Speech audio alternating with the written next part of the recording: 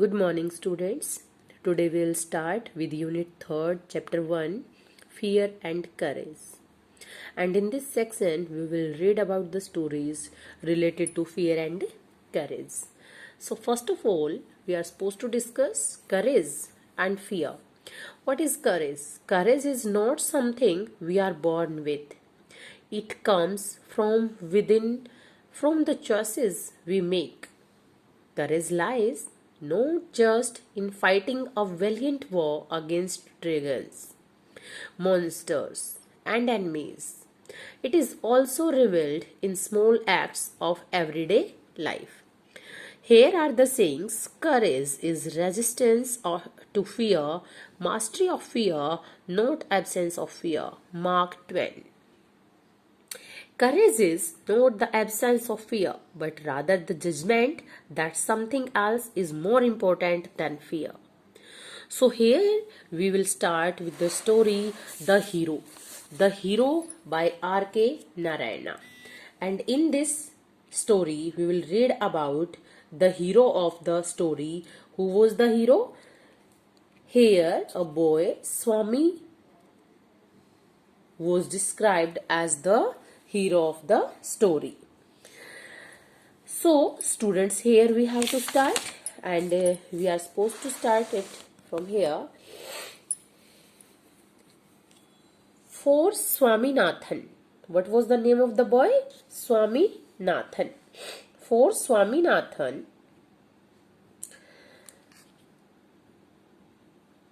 events took an unexpected turn. Events took an unexpected turn. Father looked over the newspaper he was reading under the hall lamp and said, Swami, listen to this news.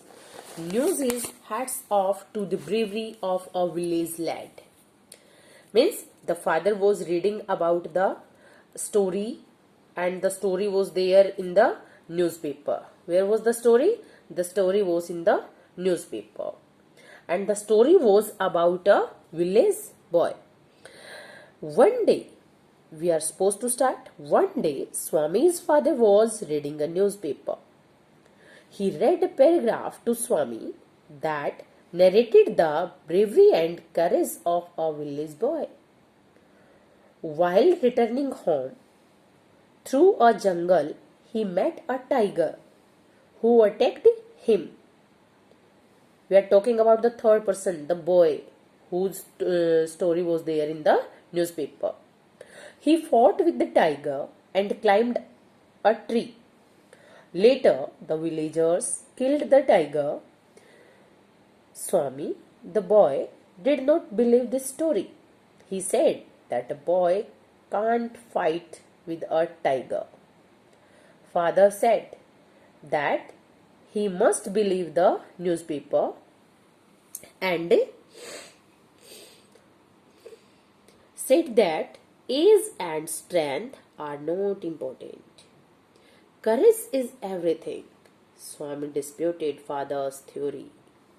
He did not agree to his father's words. Then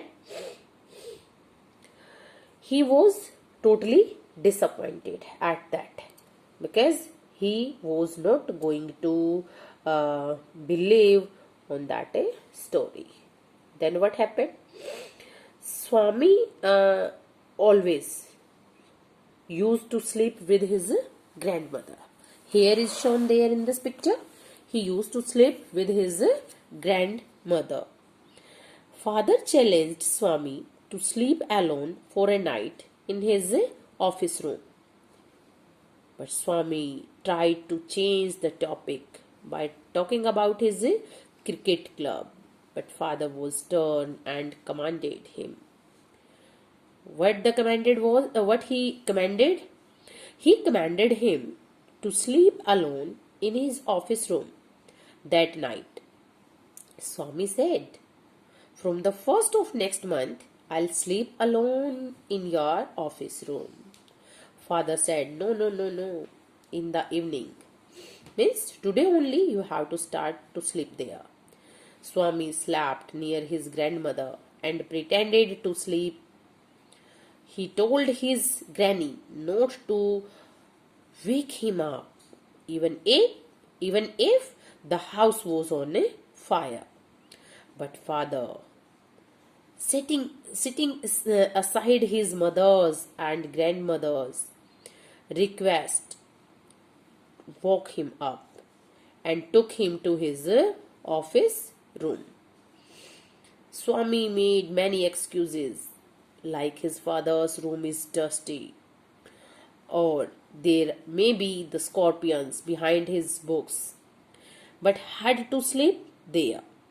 His father even switched off the lights, but kept the door open on the condition that he would not go to his granny at night.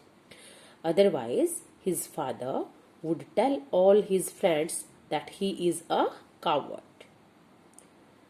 He felt afraid and cursed the newspaper. He wished that village boy might have been killed by the tiger. He spread his bed under the bench and covered himself with a blanket. He remembered. What he remembered? He remembered all the stories of ghosts and devils. As night advanced, he remembered that a devil had slapped his friend's father and many such events that he had heard about ghosts or devils. He felt that the devils could come any time. He was dreaming of devils and felt his end was near. As he felt that the devils had come, he fainted. He heard all sorts of sounds in the dark night. In the dream, he saw the tiger chasing him.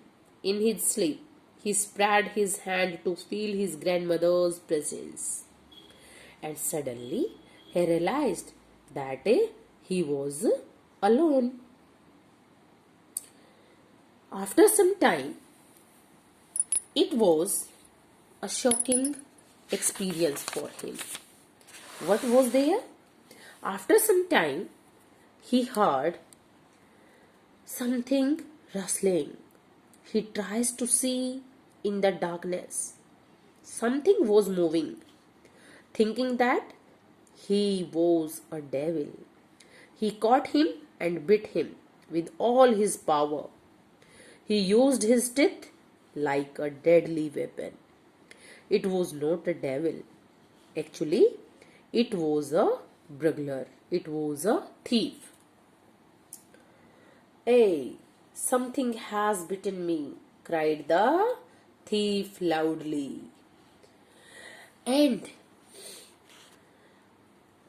hearing the cry, father, cook, and servant come in, carrying light, and caught the burglar, who was fleeing.